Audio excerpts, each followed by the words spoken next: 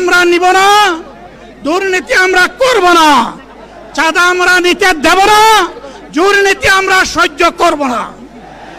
এই বাংলাদেশটাই আমরা দেখতে চাই। যুবকদেরকে আমরা স্পষ্ট ভাষায় বলতে চাই, বন্ধুগণ, তোমাদের সাথে আমরা আছি। আমি আজকে জামাতের আমির হিসাবে এখানে কথা বলতে আসিনি। আমি এসেছি বাংলাদেশের 18 কোটি মানুষের একজন হয়ে কথা বলতে।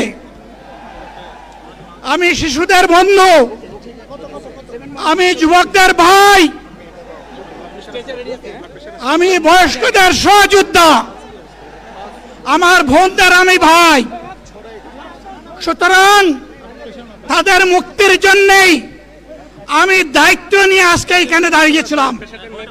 আল্লাহর ইচ্ছা শরীর আমাকে সাময়িকভাবে সহযোগিতা করে নাই, এটাও আল্লাহর ইচ্ছা যে এখন আল্লাহ আমাকে কথা বলার সুযোগ দিচ্ছেন।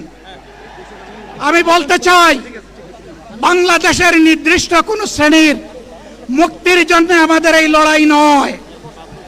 রাস্তার একজন পরিচ্ছন্নতা কর্মী, চা বাগানের একজন শ্রমিক,